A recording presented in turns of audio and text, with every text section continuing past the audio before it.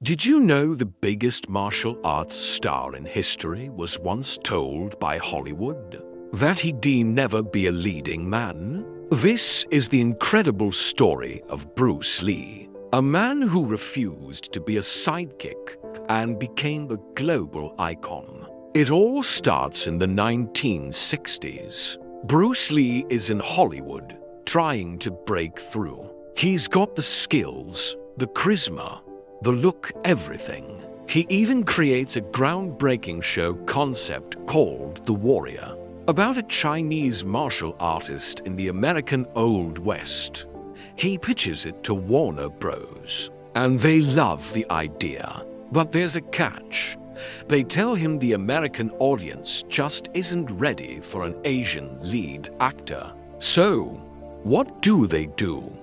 They take his concept, change the title to Kung Fu, and cast a white actor, David Carradine, in the lead role. Imagine the frustration. Bruce Lee, the creator, the master, was pushed aside in his own story. This was a huge blow. Hollywood had a very narrow view. They saw him as a great instructor, a fight choreographer, maybe a villain or a sidekick, but never the hero. They couldn't see past his ethnicity. For them, a Chinese man couldn't carry a blockbuster film.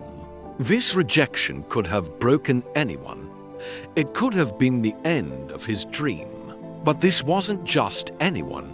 This was Bruce Lee, feeling betrayed and seeing no future for himself. In Hollywood, Bruce Lee made a pivotal decision. He packed his bags and moved back to Hong Kong in 1971. He was hurt, but he was also more determined than ever. He thought, if America won't give me a chance, I'll create my own. And that's exactly what he did. He signed a 2-film contract with Golden Harvest, a new studio in Hong Kong run by producer Raymond Chow. This was his chance to finally be the star, to show the world what he was truly capable of. His first film was The Big Boss. The production was tough, with a low budget and challenging conditions in rural Thailand. But Bruce poured his heart and soul into it. He wasn't just acting, he was showcasing his philosophy, his unique fighting style, Jeet Kune Do.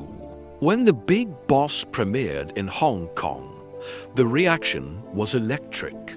Audiences had never seen anything like it. The speed, the power, the intensity, it was revolutionary. The film shattered box office records. Bruce Lee wasn't just a star overnight. He was a phenomenon. People were lining up for blocks to see this new hero. He immediately followed up with his second film, Fist of Fury. This movie was even more significant. In it, Bruce Lee's character takes on Japanese oppressors in early 20th century Shanghai. The film famously features a scene where he shatters a sign that reads, "No dogs and Chinese allowed." This wasn't just an action sequence. It was a powerful statement of cultural pride and defiance. It resonated deeply with audiences across Asia and beyond.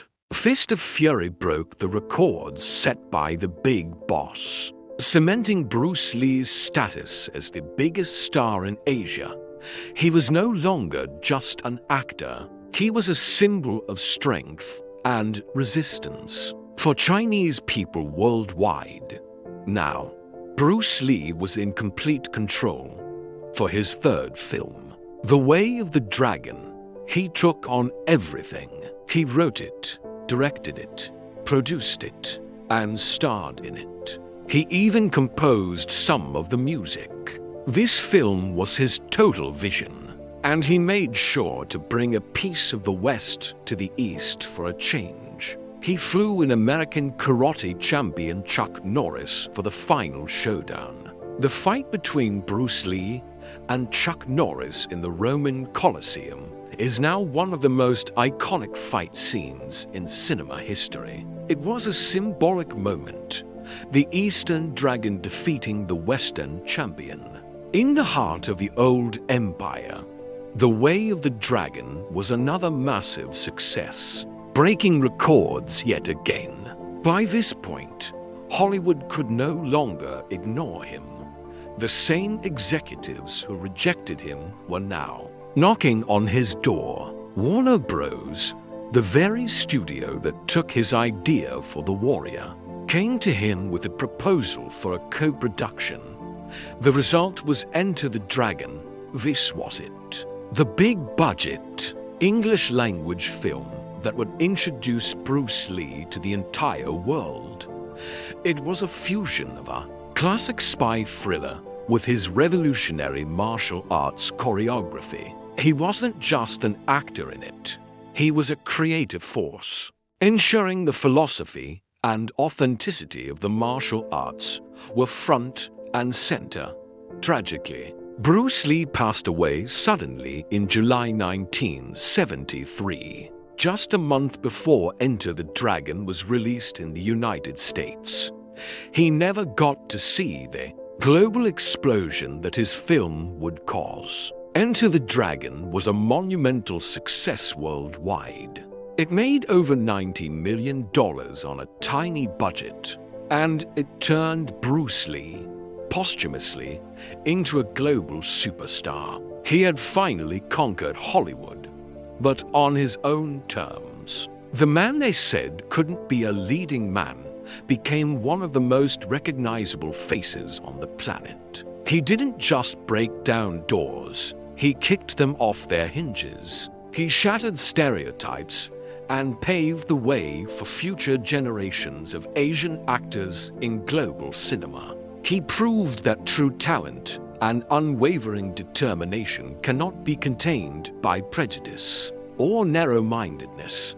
From Hollywood reject to global legend, Bruce Lee's journey is a powerful reminder to believe in yourself, even when no one else does, and to forge your own path to greatness. Thanks for watching. If you enjoyed this story, don't forget to like, subscribe, and hit that notification bell for more content just like this. See you in the next video.